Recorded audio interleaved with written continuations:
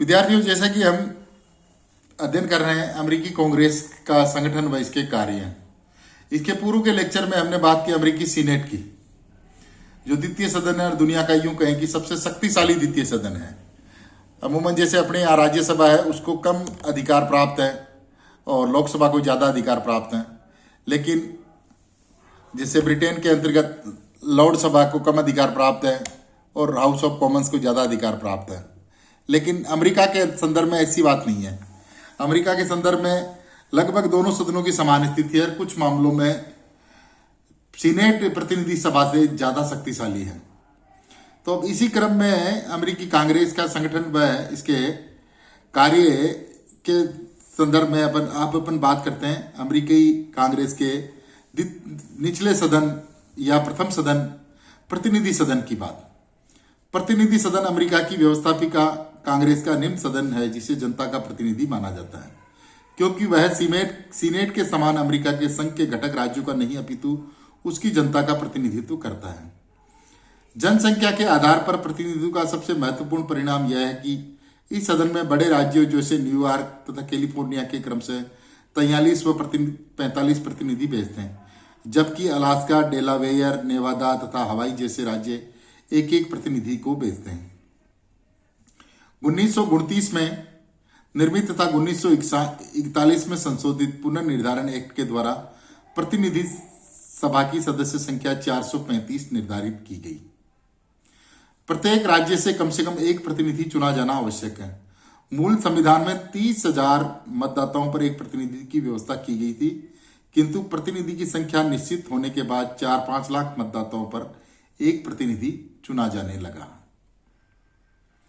Senate प्रतिनिधि सभा के सदस्यों की योग्यता: प्रत्याशी 25 वर्ष की आयु पूरी कर चुका हो, 7 वर्ष से संयुक्त राज्य अमेरिका का नागरिक हो, उस राज्य का निवासी हो जहां से चुनाव लड़ रहा हो।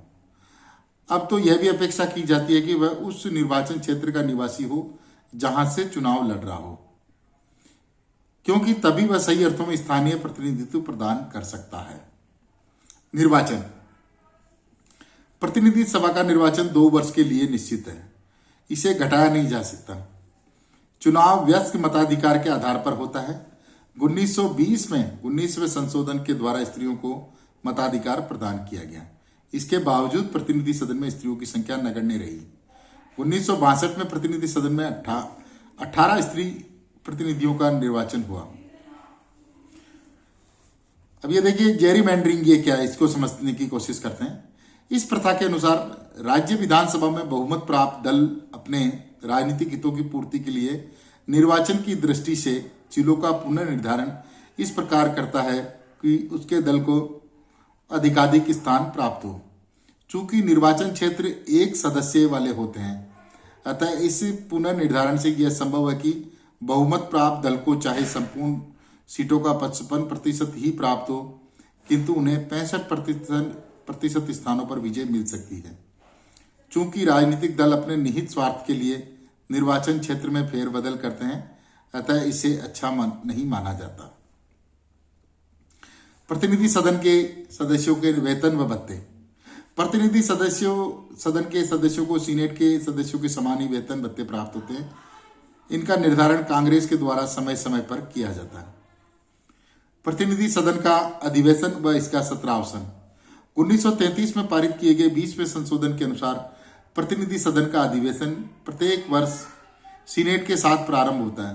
प्राय सत्रावसान भी साथ साथ होता है, किंतु यदि कोई मतभेद हो तो राष्ट्रपति तिथि निश्चित करता है। आवश्यकता पड़ने पर राष्ट्रपति विशेष अधिवेशन भी बुला सकता है। प्रतिनिधि सदन की कार्यवाही के लिए कुल सदस्यों का बहुमत होना आवश्यक है। पदाधिकारी: प्रतिनिधि सदन के पदाधिकारी कौन कौन से? प्रतिनिधि सदन का अध्यक्ष ब्रिटेन की कॉमन सभा के अध्यक्ष के समान स्पीकर कहलाता है, किंतु उसकी स्थिति ब्रिटिश स्पीकर से नितांत भिन्न होती है, क्योंकि प्रतिनिधि सदन का अध्यक्ष बहुमत दल द्वारा नामांकित होता है तथा वह एक दलीय सदस्य के रूप में कार्य करता है। उसका निर्वाचन विपक्ष की सहमति से नहीं होता, न ही वह सदन में दलीय निष्पक्षता के आधार पर व्यवहार करता। प्रतिनिधि सभा का अध्यक्ष सदन में शांति व्यवस्था बनाए रखता है, सदस्यों को विवेकानुसार आमंत्रित करता है, व्यवस्था संबंधी प्रश्नों पर निर्णय देता है तथा विधेयक को समितियों के विचारार्थ भेजता है, नियमों की व्याख्या करता है, गतिरोध के समय निर्णायक मत का प्रयोग इस प्रकार करता है कि उसके दल को लाभ मिले। वह प्रतिनिधि सदन की ओर से दस्तावेजों पर हस्ताक्षर करता है। ब्रिटेन के समान प्रतिनिधि सभा के अध्यक्ष के व्यवस्था संबंधी निर्णय अंतिम नहीं होते, क्योंकि कोई भी सदस्य उसके विरुद्ध सदन में अपील कर सकता है तथा सदन साधारण बहुमत से उस निर्णय को रद्द कर सकता है। इस प्रकार प्रतिनिधि सदन के अध्यक्ष को वह सम्मान व प्रतिष्ठा प्राप्त नहीं है जो कॉमन सभा के अध्यक्ष को प्राप्त है। प्रतिनिधि सदन का अध्यक्ष का पद पूर्णतया राजनीतिक पद है जो अपने दल की प्रतिष्ठा व लाभ के लिए कार्य करता है। अर्थात हम कह सकते हैं कि प्रतिनिधि सभा का अध्यक्ष अमेरिका में प्रतिनिधि सभा यानी कि कांग्रेस यानी कि अमेरिकी संसद का जो निचला सदन है प्रतिनिधि सदन, उसका जो अध्यक्ष है उसकी निष्पक्षता, उसकी डिग्निटी इंग्लैंड की जो हाउस स्पीकर जो है हाउस ऑफ कॉमन्स का, उसके बराबर नहीं है। अब अपन बात करते हैं प्रतिनिधि सभा की शक्तियां कौन कौन सी है इसकी। संविधान के अनुसार संघीय विषयों पर विधि निर्माण की संपूर्ण शक्तियां कांग्रेस में निहित है तथा प्रतिनिधि सदन निम्न सदन होने के नाते उसमें संपूर्ण भागीदारी निभाता है, तथापि विधि निर्माण के अतिरिक्त अन्य कार्य भी करता है। संक्षेप में प्रतिनिधि सदन के प्रमुख कार्य निम्नलिखित है। पहला है विधायी शक्तियां। प्रतिनिधि सदन सीनेट के सहयोग से सभी संघीय विषयों पर संपूर्ण राष्ट्र के लिए कानून का निर्माण करता है। यद्यपि वित्तीय विधेयक प्रतिनिधि सदन में ही प्रस्तुत किए जाते हैं, किंतु बिना सीनेट की स्वीकृति के उन्हें पारित नहीं किया जा सकता तथा वित्तीय विधेयक में शीर्षक को छोड़कर व्यापक तौर पर परिवर्तन का अधिकार सीनेट को प्राप्त है। अतः वित्तीय मामलों में प्रतिनिधि सदन को अन्य निम्न सदनों के समान अधिक महत्व प्राप्त नहीं है, इसलिए उसे अपेक्षाकृत दुर्बल निम्न सदन माना जाता है। विवादास्पद विधेयकों का समाधान करने के लिए समान प्रतिनिधित्व वाली समिति का गठन किया जाता है। अतः प्रतिनिधि सभा बड़ा सदन होने के बावजूद अधिक प्रभाव नहीं डाल सकती। विवाद न सुलझने पर विवादास्पद विधेयक को समाप्त कर दिया जाता है।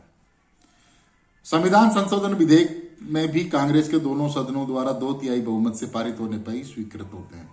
इस प्रकार सभी प्रकार के विधेयकों के संदर्भ में प्रतिनिधि सभा को उच्च सदन के समान शक्तियां प्राप्त है। दूसरा है कार्यपालिका शक्तियां। अमेरिका में शक्ति पृथक्करण की व्यवस्था के अनुसार यद्यपि कार्यपालिका क्षेत्र में प्रतिनिधि सदन को सीनेट से कम शक्तियां प्राप्त हैं, क्योंकि उसे सीनेट के समान राष्ट्रपति द्वारा की जाने वाली नियुक्तियों की पुष्टि का अधिकार नहीं है, किंतु 2 क्षेत्रों में प्रतिनिधि सदन को शक्तियां प्राप्त हैं। प्रथम, युद्ध की घोषणा वह सीनेट के साथ मिलकर कर सकता है तथा द्वितीय, प्रशासन के कार्यों की जांच हेतु समिति नियुक्त कर सकता है। नेक्स्ट जो है इसकी न्यायिक शक्तियां कौन कौन सी है प्रतिनिधि सभा की। इस शक्ति के अंतर्गत प्रतिनिधि सभा राष्ट्रपति, उपराष्ट्रपति, न्यायाधीश व अन्य संघीय अधिकारियों पर महाभियोग लगा सकती है। प्रतिनिधि सभा द्वारा महाभियोग लगाए जाने के पश्चात ही सीनेट उसकी जांच करती है। निर्वाचन संबंधी शक्तियां, निर्वाचन के कौन कौन किस किस का निर्वाचन कर सकती है। देखिए, राष्ट्रपति का चुनाव निर्वाचक मंडल के द्वारा किया जाता है, किंतु यदि किसी भी प्रत्याशी को पूर्ण बहुमत प्राप्त नहीं होता है तो प्रतिनिधि सदन द्वारा प्रथम 3 प्रत्याशियों में से एक को राष्ट्रपति पद के लिए चुन लिया जाता है। इसके अतिरिक्त प्रतिनिधि सदन को अपनी कार्रवाई के संचालन हेतु नियम बनाने का अधिकार प्राप्त है। इस प्रकार ये हो गया आपका अमेरिकी कांग्रेस का निम्न सदन प्रतिनिधि सभा। अब ये देखिए, प्रतिनिधि सभा और सीनेट की अगर देखें अपन तो ये दुनिया का एक तरह की यूं कहें कि सबसे कमजोर निचला सदन है। इतना कमजोर तो कोई निचला सदन है ही नहीं। जैसे भारत के संदर्भ में लोकसभा बेशक राज्यसभा से ज्यादा पावरफुल है। भाई वित्त विधेयक के संदर्भ में देखिए आप, वित्त विधेयक को राज्यसभा 14 दिन से ज्यादा रोक नहीं सकती, और यहाँ पे सीनेट वित्त विधेयक का एक नाम परिवर्तन नहीं कर सकती, बाकी सारा कुछ उसमें ड्राफ्ट कर सकती है। तो ये अपन ये कह सकते हैं कि अमेरिका के अंतर्गत शक्ति पृथक्करण के सिद्धांत को फॉलो करने के साथ साथ दोनों सदनों की लगभग समान स्थिति कर दी, और कई मामलों में मतलब कि सीनेट जो है वो अमेरिका के निचले सदन प्रतिनिधि सभा से ज्यादा शक्तिशाली है। जैसे राष्ट्रपति के द्वारा की गई संधियों का अनुमोदन सीनेट के द्वारा किया जाता है। तो ये यूं कह सकते हैं अपन कि भाई अमेरिका में दोनों सदनों की शक्तियां लगभग समान है। इसी के साथ अपना ये लेक्चर आज यहाँ का खत्म करते हैं अपन। इससे पहले वाले लेक्चर में आपने सीनेट का स्ट्रक्चरल फंक्शनल एनालिसिस किया और इसमें आपने किया प्रतिनिधि सभा का। ये दोनों बड़े महत्वपूर्ण हैं।